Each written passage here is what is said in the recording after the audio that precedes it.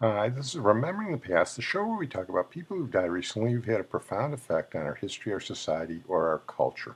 We're going to start out tonight with A.E. Hotchner, who died recently at the age of 102. A.E. Hotchner was a literary bon vivant. He was well known in circles of Manhattan and at Elaine's, the famous restaurant there, and he's famous for at least two things. The first is his very close relationship with Ernest Hemingway. Later in Hemingway's life, he documented Hemingway's later years and even his suicide in 1961. But more recently, A. Hotchner was a neighbor of Paul Newman's in Connecticut, and he was the person who went in with Newman on a lark venture that turned out to be Newman's own salad dressing, popcorn, lemonade. A. Hotchner was his partner in crime in that, and they turned what was initially intended to be a neighborhood venture at Christmas time into a multi-million-dollar business, raising money for charity. Here's The Guardian on A.E. Hotchner. A.E. Hotchner, a well-traveled author and playwright who wrote a famous memoir of Ernest Hemingway, had business adventures with Paul Newman and saw Steven Soderbergh film his book about his Depression-era childhood died on Saturday at 102. Hotchner, known to his friends as Ed or Hotch, was an impish St. Louis native who read, wrote, and hustled himself out of poverty and published more than a dozen books, befriended countless celebrities, and saw his play The White House performed at the real White House for President Bill Clinton. He was a natural fit for Elaine's, the former Manhattan night spot for the famous and the near-famous, and contributed the text for Everyone Comes to Elaine's, an illustrated history. Hotchner's other works included The Man Who Lived at the Ritz, best-selling biographies of Doris Day and Sophia Loren, and a musical, Let 'Em Rot, co-written with Cy Coleman. In the 90s, he completed an upbeat book of essays on aging, O.J. in the Morning, G&T at Night. When he was 100, he wrote the detective novel The Amazing Adventures of Aaron Broome. At 101, he adapted Hemingway's The Old Man and the Sea for the stage. He was a memorable storyteller, sometimes too memorable. Hotchner wrote an article about Elaine's for Vanity Fair that included an anecdote about director Roman Polanski making advances on a woman on the way to the funeral of his wife Sharon Tate, who was murdered in 1969 by Charles Manson's followers. Polanski sued Condé Nast for libel, and in 2005 was awarded some $87,000 plus court costs by a jury in London. The son of a furrier who went broke during the Depression, Aaron Edward Hotchner was born in 1917 in St. Louis, a city he would recall with deep affection despite times so dire he claimed to have eaten paper. Hotchner wrote about his youth in King of the Hill, published in 1972, and adapted 20 years later into a Soderbergh film of the same name. Clever and determined, Hotchner managed a scholarship to Washington University, where he and Tennessee Williams worked on the student magazine. Hotchner then joined the U.S. Air Force, a time he recalled good-naturedly in the memoir The Day I Fired Alan Ladd and Other World War II Adventures. After the war, Hotchner settled in New York, became an editor at Cosmopolitan, and worked on literary fiction.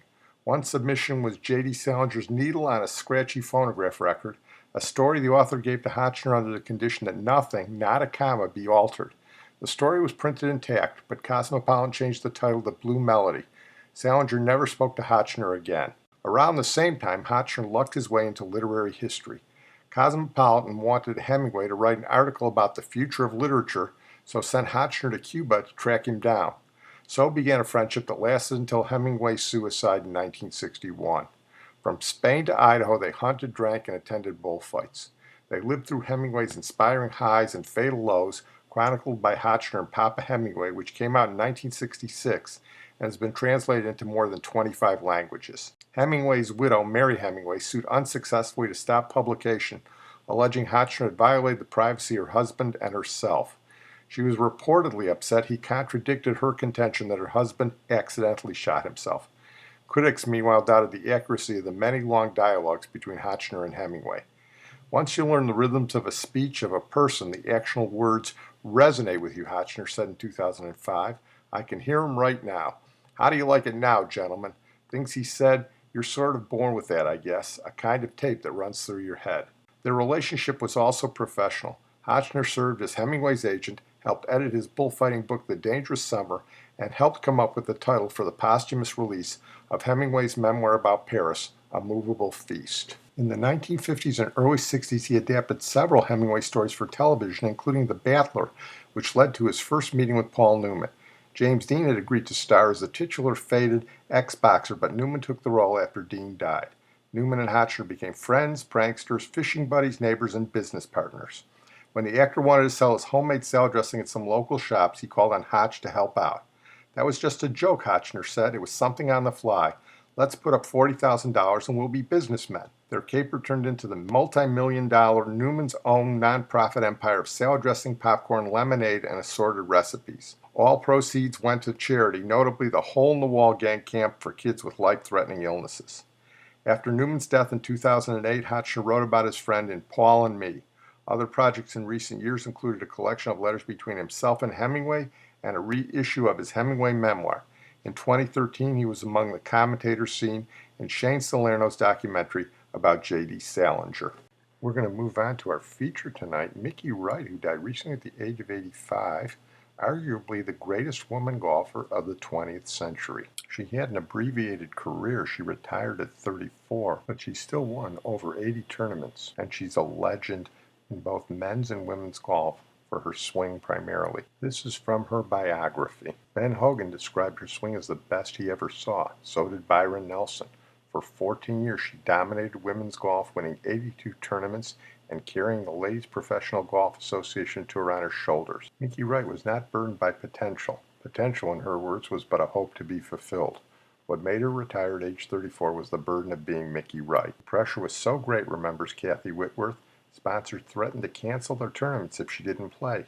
And knowing that if they canceled, the rest of us wouldn't be able to play, Mickey would always play. The buzzword today is burnout. Wright played 33 tournaments in 1962, another 30 in 1963, and 27 in 1964.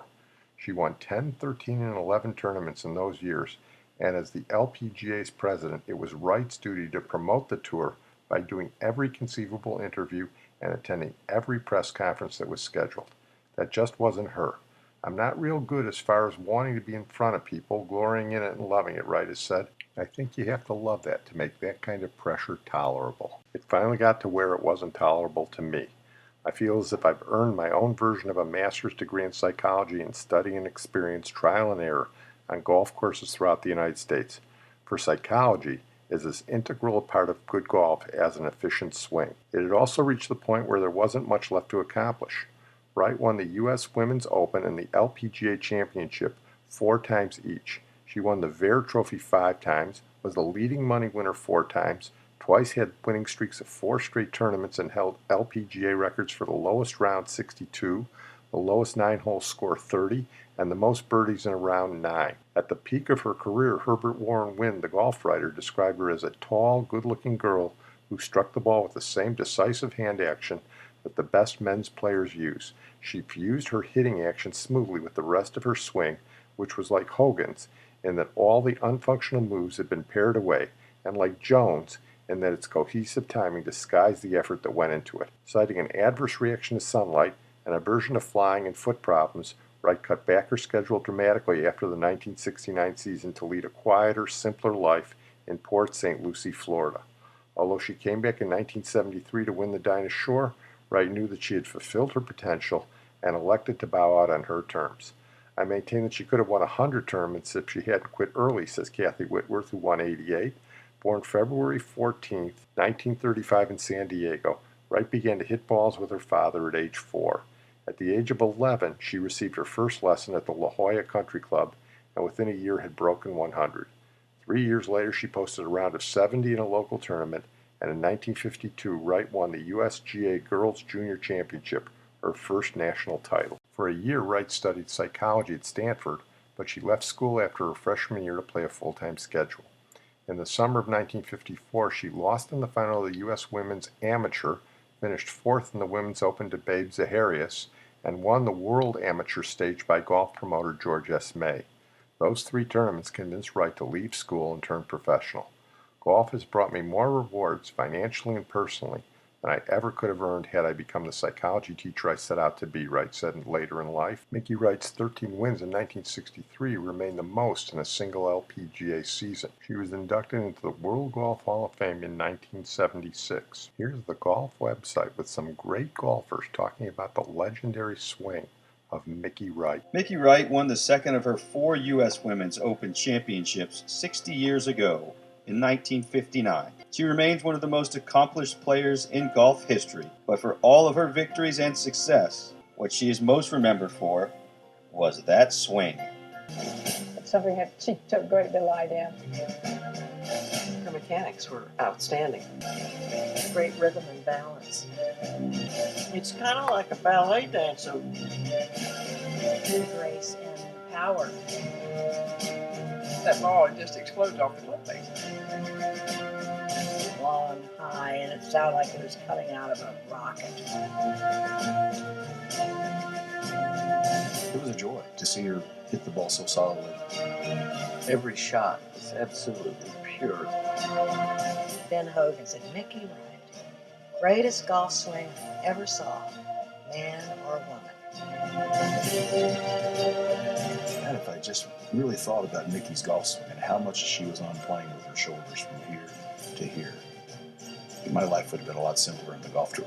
On February 19, 1962, Mickey Wright was on the cover of Sports Illustrated, and the cover was titled, How to Hit as Far as a Man. And that's pretty amazing considering that Arnold Palmer had just made it big on the tour, and Jack Nicklaus did not have his first professional win yet. She explained the 7 facets of the swing, the grip, the stance, the wide arc swing, the right elbow at the top, the right elbow on the downswing, the footwork, and the head behind the ball at impact. She suggested spending 10 minutes of every practice session drilling on keeping your head steady and asking an observer to tell you each time whether you have succeeded. Well, we're going to close tonight with Joseph Shabalala, who died recently at the age of 78.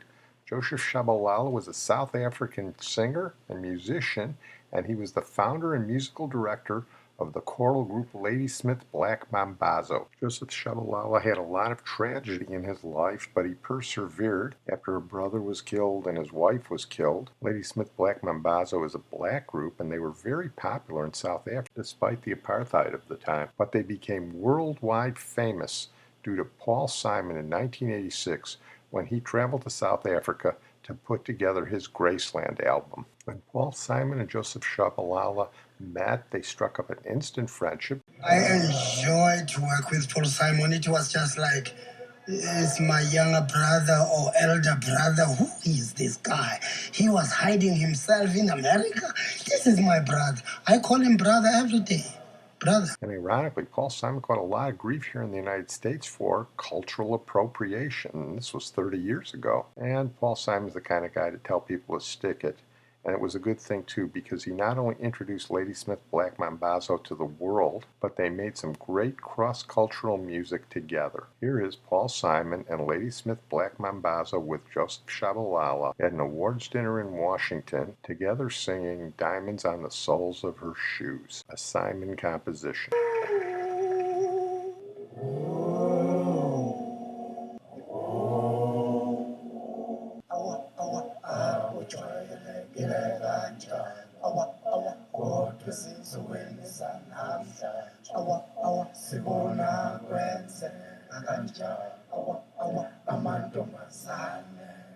She's a rich girl.